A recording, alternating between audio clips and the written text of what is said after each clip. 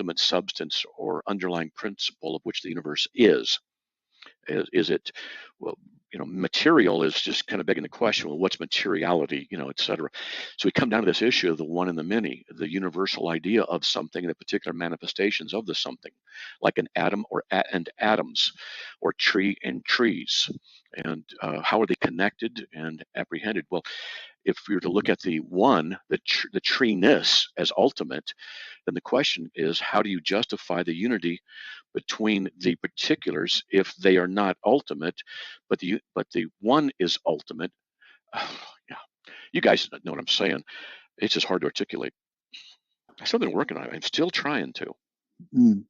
Yeah, but Matt, what would be the problem with one God who's a particular that has multiple aspects, but not three persons, and he grounds universals? What's the problem? Well, then that would simply be that the aspects are part of his unity. That's all. Yeah, but he's a particular, so there's unity and diversity, right? So what would the difference be? Not in his nature. Yeah, there would be.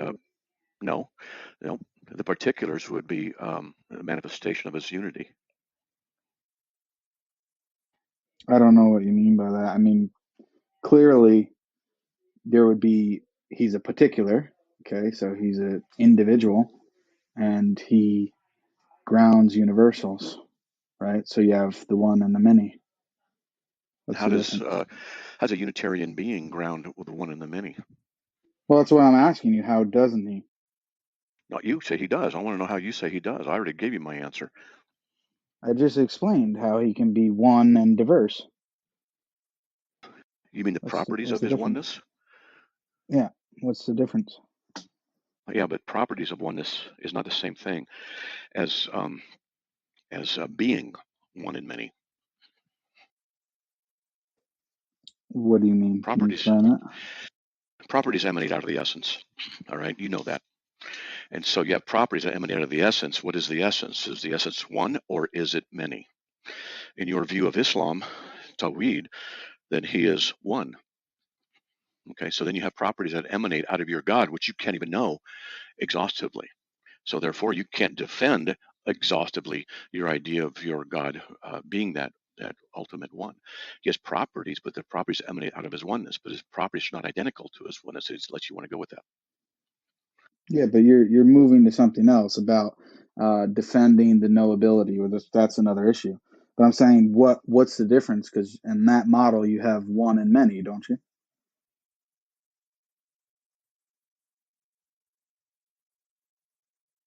Tell me how the Muslim God is both one and many in his essence. Well, so you're saying there has to be many essences? Is that what you're saying? Come on. I don't understand, because in the Trinity, there's only one essence, right? I'm asking you a question. If you're going to just ask questions without answering anything, I'm not going to talk to you. Well, I asked you a question initially. Well, yeah, you did, and I answered it initially. Then I responded with a question, and you didn't answer it. Yeah, I've already explained how God is one in many. How is your God one in many? He's one God with multiple aspects. And what are the aspects? Attributes. So his attributes. Okay. That's your position. Okay. Yeah. All right. Are the attributes identical with his essence? No. Okay. Then you don't have a true one in many. Why not? Because his attributes are not identical with his essence. But you said that the attributes emanate out of his essence. But if his essence is one, the attributes aren't a reflection of his oneness, but of his, or of multiplicity, or his many, but of his oneness, because they're just attributes that emanate out of the one. Well, I didn't say anything about emanating. That was your terminology. Yeah. And how do attributes exist? But they are related to the essence, the ontos, right? Yeah, but how are they not many? That's what I'm trying to understand. You have many attributes, sure, just as God has many aspects to his thinking. He can have many thoughts. He can think several things. But that doesn't mean his thoughts are identical to his essence. In one in the many, we're talking about the ultimate essence of God, and you're playing a word game here. No, I'm just trying to understand what actually are you trying to drive at with the one and the many, right? Because obviously there's one and We'll get to many that on Friday. in what I just described, right? So there must be something more specific. We'll So get if to it's that. something about, yeah, if it's something about the attributes, or in your case, the persons being identical to the essence, well then, yeah, I don't believe the attributes are identical to the essence. So if it somehow solves the problem uniquely by each one of the persons being identical to the essence, then I think you should just be clear on that, if that's what you're saying. With the is of identity, right? Well, yeah, I don't know if that's your view. Do you believe the persons are identical to the essence? Discuss that later, won't we? Is what Yeah, sense do you mean are, which is just a verb form of the word is. So what sense do you mean that? yeah, that they're identical. That are identical. So you're just citing the law of identity, A equals A. Yeah, that each person is identical to the essence. That's what I thought you were saying earlier. That's Are you why I talking about was asking. predication? No, And what kind of predication? I'm saying, if is the Father identical to the essence? Now, see, that's the problem to say that. To say the Father's identical is, what do you mean by is? I don't know. I don't know any other way to say it other than the Father, and whatever the Father is, the essence is, and vice versa.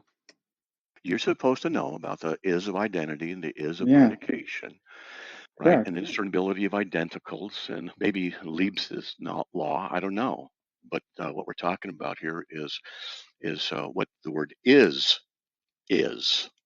Yeah, in this case, I'm asking, is it being used in terms of identity? Well, we're just talking about equality. Is the Father equal to God? Well, God, by definition, is triune in the divine simplicity. To say that the Father then is that is a fallacy of equivocation. So the issue of the identity is of identity isn't going to work. You should abandon that. Okay, so you abandon that because it sounded like you were saying the persons are identical to the essence. So then There I is don't a really see how sense. you. There is a sense in which they are, and there's a sense in which they're not. But we'll discuss it on Friday. Yeah, I don't know what that means. So You know we'll what it see. means? It means Friday during our debate, we'll be going through it. That's what it means. No, I'm saying, you saying there's a sense in which they're identical and there's a sense in which they're not. That doesn't make sense. Yes, it does, because different senses deal with the word is of identity, is of predication. Right. So they're either identical or they're not. They're not identical in one sense and not in another. They are in different senses. What do you mean when you say the word is? If this is how the debate's going to go, we're not going to get anywhere. It's not going to accomplish anything.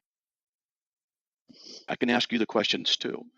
I can ask you, what kind of predication theory are you going to hold to? And whose view do you hold and why, and what justifies it? I don't know how far down deep you want to get in, but we're not going to accomplish anything. I think we are.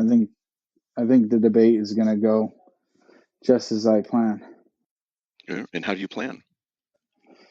Um, so I'm going to present clear arguments against the Trinity. Um, you're not going to have an answer, and you're not going to be able to formulate an argument for the Trinity to show how any other view besides it is contradictory or problematic, and you're going to lose the debate. It's not what the debate's about. Maybe Yeah, you might want it to is. think about what it is you're debating. It's It the is. debate title is the Trinity necessary for reality? It's not, is the Trinity true? That's what you're arguing. That's not the debate. No. The debate presupposes the validity of the Trinity as a position. It's like the Christian Trinity, necessary for? That's what the debate is. Yeah, and you're going to argue yes, and I'm going to argue no. Very simple. And what you're going to do is you're going to be arguing a different topic. Is the Trinity true? No, I'm not. I'm going to say, is the Trinity necessary? You're going to have to show how it's necessary, and I'm going to show how it's not necessary.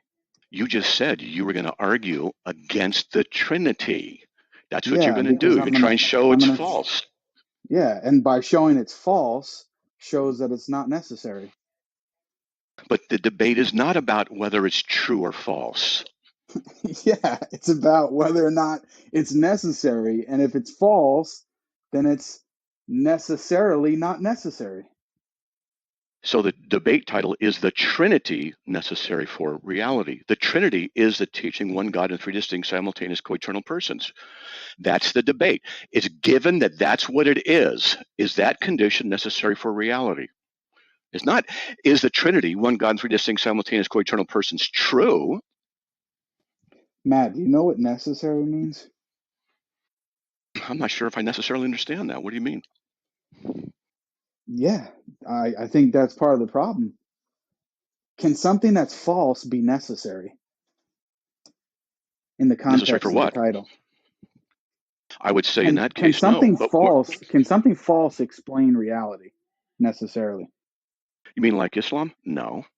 No, I'm saying like any view. Can something that's false, take any false view, can something that's false be necessary to explain reality? I would say no. So let me get this straight. So what you're going to do is spend time arguing against the Trinity. Well, What you going to do? the debate is whether or not the Trinity is necessary to explain reality, right? So you're going to spend your time attacking the doctrine of the Trinity. Well, what else That's would all you're I going to do. attack? I wouldn't attack Matt Slick. I mean, what No, else would I attack?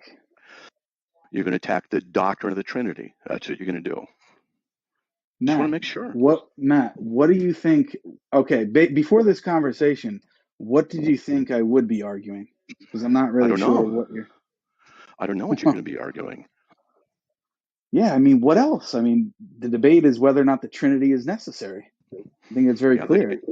and the Trinity is one God in three distinct simultaneous persons. Is that position necessary? In other words, is the one in the many nature of the triune God the necessary precondition for all actuality? Yeah, That's what it is. that's the debate. You're going to say yes, and I'm going to say no. Correct? And I'm going to do what the debate title is. Assume what the Trinity is and argue from it. You're going to assume that it's not true, but that's not the debate.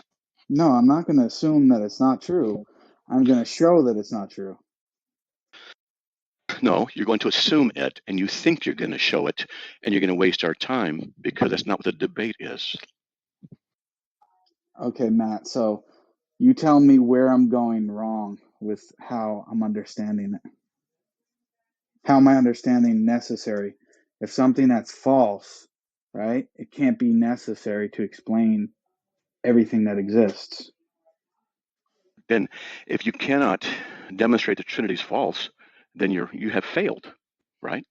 No, it's actually the opposite. If you can't demonstrate that the Trinity is necessary, then you failed. I just have to show that it's not necessary. So then all you're going to do is attack the Trinity, which I will refute, and then you're going to say you claim victory anyway. No, I mean, it's two things. I'm going to show, first of all, that the Trinity is not necessary because it's false. And also, I'm going to anticipate that you're not going to be able to show that the Trinity is necessary, even if I can't show that it's false. So then, either way, I lose, according to you. Yeah, you have no chance in hell. No chance in hell. All right. So then all the argumentation and logic that you're going to use presupposes you're God. No. It doesn't. So then you argue from a position that excludes your God?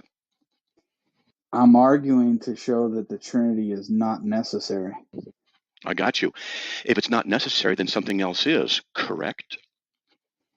Could be or could not be. That's irrelevant. What? What? That's You mean irrelevant if the to the Trinity's not debate. true, then there's no way to provide any necessary conditions for intelligibility. No, I believe that there Wow. is, but I don't need to argue for that in the debate, because the debate is not whether or not my position is correct. The debate is whether or not the Trinity is necessary. And so you're going to argue against the Trinity being coherent. So once you fail at that, and I show you that your position doesn't work and your arguments against the Trinity don't have any validity, and then I demonstrate, or at least try to demonstrate, how the Christian Trinity is a necessary preconditions for intelligibility, well then, there we go. You're just going to say no and haven't done it. I'm going to say, yes, I have. Yeah, if That's what's you're going to happen. able, Matt, if you're able to do those two things, then you would win the debate. Correct. And would you repent of your false doctrine of Islam and become a Christian? Yeah, but I don't think there's any chance of that happening. Well, God has to grant you that repentance. And if you have chosen to follow Muhammad, the false prophet, and the false Quran, which I can prove is false, well, then that's up to you. And But we'll say a have an prayer interesting for me discussion. before the debate, Matt. Oh, I will. I'll pray for your salvation. It's not a mocking, condescending thing. You have been entrapped by a false doctrine from a demonic force through Muhammad. Your God is a deceiver. Surah 4, Yeah. 157. Yeah. Yeah, Matt, And there's your God sends a lying spirit to make people believe what is false. and you know what the difference is between efficient and proximate causation, right? Right? I'm looking forward to the debate, Matt. I think it's going to be Are fun. you What do you think? do you know what the difference is between the proximate and efficient causation is? Well, I'm not gonna get into any of that now. I just wonder if you know. Do you know what the difference is? Yeah, I do. Yeah, I do. Okay. Then you will know that your God is the efficient cause of his deception, and in Christianity, God is the proximate cause, and therefore he's No, not that's culpable. incorrect. That's That is incorrect, Matt. correct. That is correct. That's Your incorrect. God specifically deceives people. Surah 4, 157. Matt, Matt, I don't take your exegesis of the Quran seriously at all. Doesn't Isn't the matter. human agent a proximate cause in Calvinism? Hold on. We're done to the topic.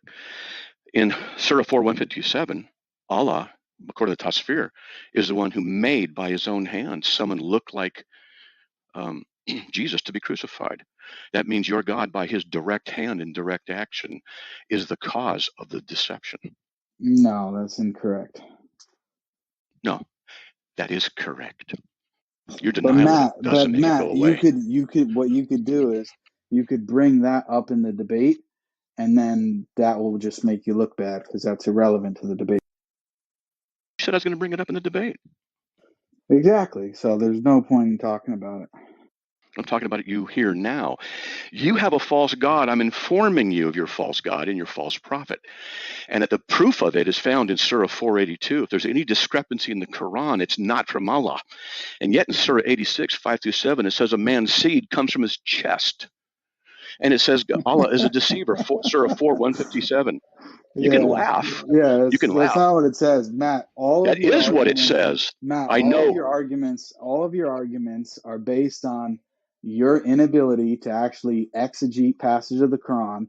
I don't take your exegesis of my text seriously at all, just as you probably wouldn't take my exegesis of the Bible seriously.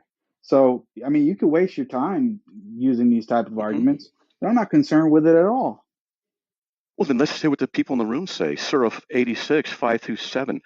Let man but think from what he is created. He's created from a drop, emitted, proceeding from between the backbone and the ribs. Yeah, Matt, The what's the word ejaculation. there? What's the word there in Arabic? I don't know. Have you actually looked up tafsirs for it, which explain it? Yeah, I have. Okay, can you give me one? No, I don't have the top of my head memorized. Okay, so stop wasting my time then. You're wasting mine. You asked for a question. Once you correct it, show us how a drop emitted proceeding from the chest is Matt, how we have our Matt, origination. I'm not going to teach you. I'm not going to give you a Teach me. tafsir exegesis lesson here in Teach this me. room. Teach I'm me. not going to do it. No, I'm Why not going not? to do it. Why not? I'm not going to do it. So everybody knows you don't want to do it. You're not either able to, you Yes, don't know the I've issue. made that very clear. I could explain it to you, but I don't Well, want to. explain it. Okay, then I'll explain it to the listeners. It actually is Matt, you that a seem very upset. Are comes you all from, right? no, I'm fine. That a man's seed comes from his chest, and we don't believe in chesticles. All right, so the Quran Yeah, that's not got the it word. wrong. It's not the word. It's not chest. Between I the mean, come backbone on. and the ribs. It's just a joke, Matt. Honestly. Hey, I know people who speak Arabic. I know people who are raised over there who are Christians, and they can tell you all you want to know about the Arabic and what it really Yeah. says. Why I don't can you call bring them on them the in? phone. We can get them in. Maybe we Yeah. can. I'll arrange something. We can have a nice discussion if you want to do Yeah, that sometime. we could have another conversation about that. Sure. But in the meantime, Quran is false. You have a false God, and you're under demonic influence. And I'll pray for you. I'll pray. It's not a mockery. It's not a condescension. You have been deceived by this guy named Muhammad, Matt, is there any and I'm chance you hoping could be deceived? Could you be under demonic possession? Is there a chance of that? only if Jesus Christ did not rise from the dead. Maybe you are possessed by a demon. I think that's very possible, Matt. Wow. Well, I said only if Jesus did not rise from the dead. Can you demonstrate that he did not rise from the dead? That's the condition Matt, I said. if he rose from the dead, could you still be possessed by a demon? No, Why not? because Jesus Christ lives in me. That's why demonic forces don't do that. When you're inhabited by God, Matthew 12:43 through 47. Yeah, but that's just like the Mormons who believe in the burning of the bosom, right? But they're not actually No, they don't actually have the Holy Spirit, do they? the Mormons who teach God came from another planet and has sex with his goddess wife and makes spirit babies. No, it's not. For you to mix them is like mixing apples and oranges. Well, Matt, I actually think you are possessed. Well, I don't know if you are possessed or not. It's not a tit for tat thing. But I do know that Muhammad was a killer who sinned, who had people killed, and that Islam was spread by the sword for the first 200 years in over 140 battles. I also know that when Islam gains power in any country, it becomes more violent, and those who don't agree with it are persecuted heavily. The documentation is there. I also know that in Surah chapter 9, which is the second to last Surah, Surah 110 being the last, there's nothing abrogated in it, and it talks about killing the unbelievers and going after them. This is who Yeah, you Matt, follow. You follow the same one. all of these Uh-huh. weak claims have been refuted time and time No, they again. haven't. No, they Yeah, they haven't. have. Yeah, they have. No, they haven't. These are just low level apologetics. And if that's what you're going to bring to the debate, it's not going to end too well for you. And Muhammad said that Adam was 90 feet tall and that drinking camel urine was a form of medicine and that a man fell asleep and a That's devil not peed in his true. ear. That's not Yes, it true, is. Matt. Is No, it it's a not. Sahih? What level would you admit to Sahih? Excuse me? You don't know what Sahih is in the Hadith? I do. You're just not pronouncing it correctly, but yeah, I know what it means. Do you know what it means, Matt? Yeah, it's the primary upper level of that which is orthodox and accepted as being the most valid. There's 4 levels. Not really. Yes, really. No. You know Yes. what mutawatir is? No. Okay, that's what I thought. So, Matt, this is the problem. You've done a little bit of Google searching. You No, I probably haven't. spoke to Sam Shamoon. You looked up his website. He maybe gave you a couple pointers, and you think that you can speak about Islam when you haven't even properly researched your own faith because you don't even have a basic understanding of the doctrine of the Trinity. Well, there you go. I guess you know better than I do, don't you? I do. You're going to find out. Okay. So you're going to tell us and tell me how much you know about the Trinity. I will remember this for our debate, that you say you know the doctrine of the Trinity better than I do. Yes, Great. Okay, you exponentially do. so.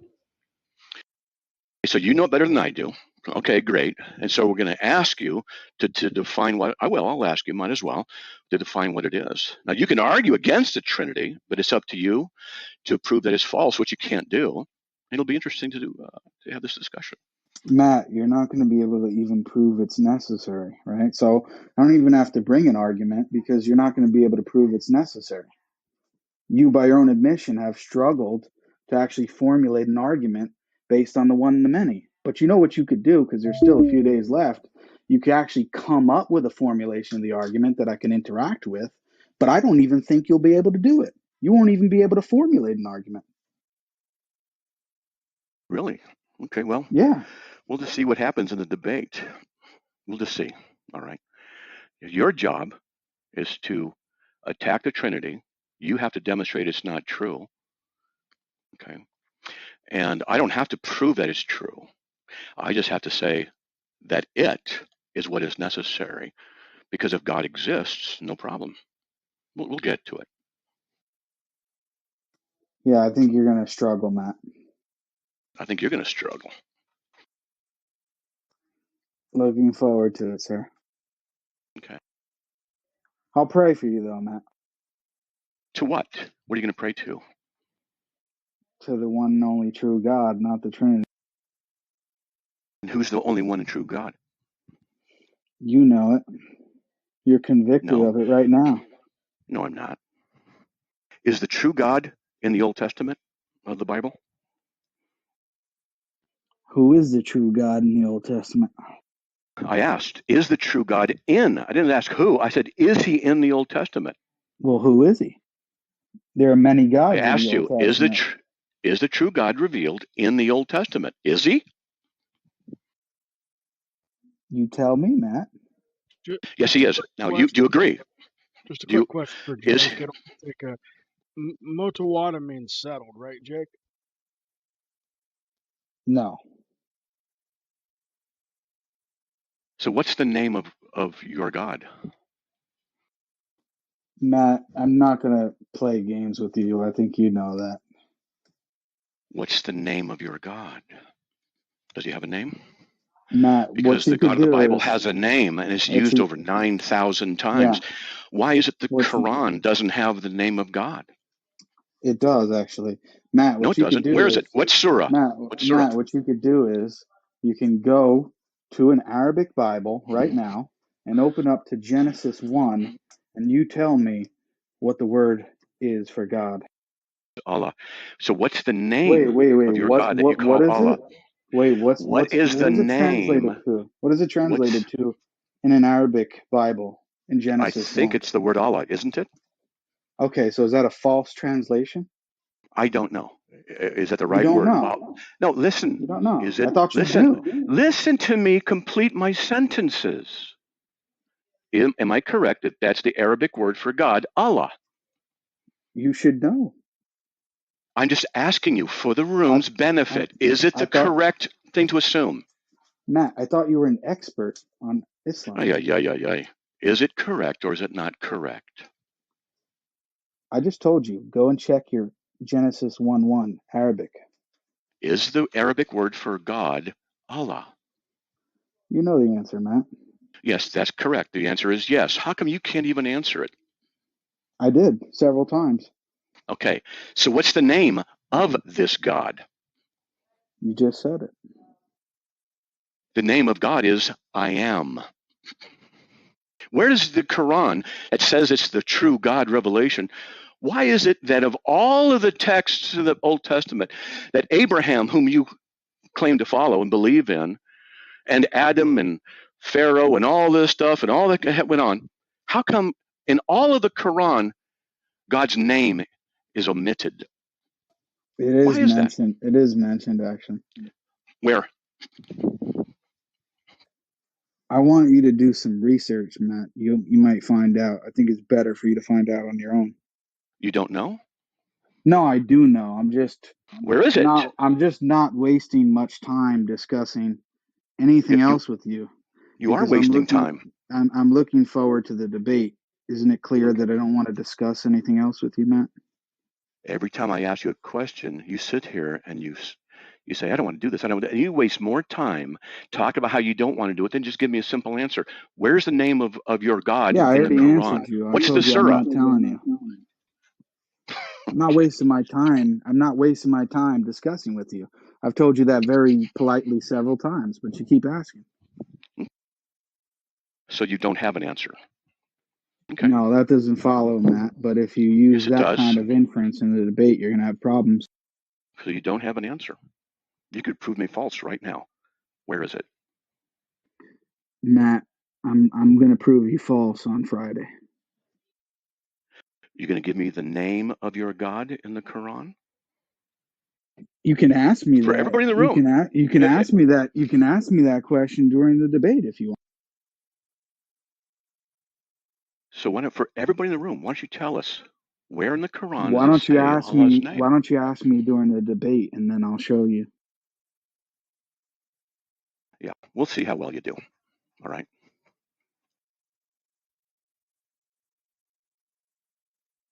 Looking forward to it, Matt. You seem very Yeah. upset. I don't know why. It seems like I touched a nerve. I don't know what happened.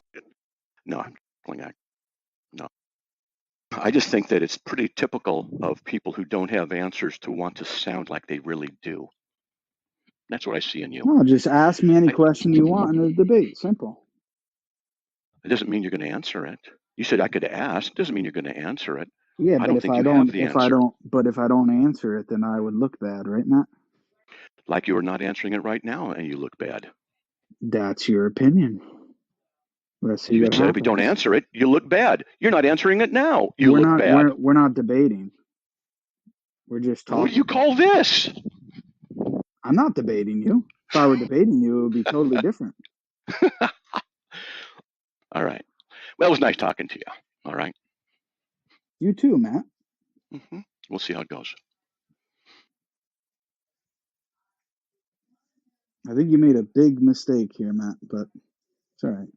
I'm smiling. See you. Yeah, you totally underestimated this situation. He's gone.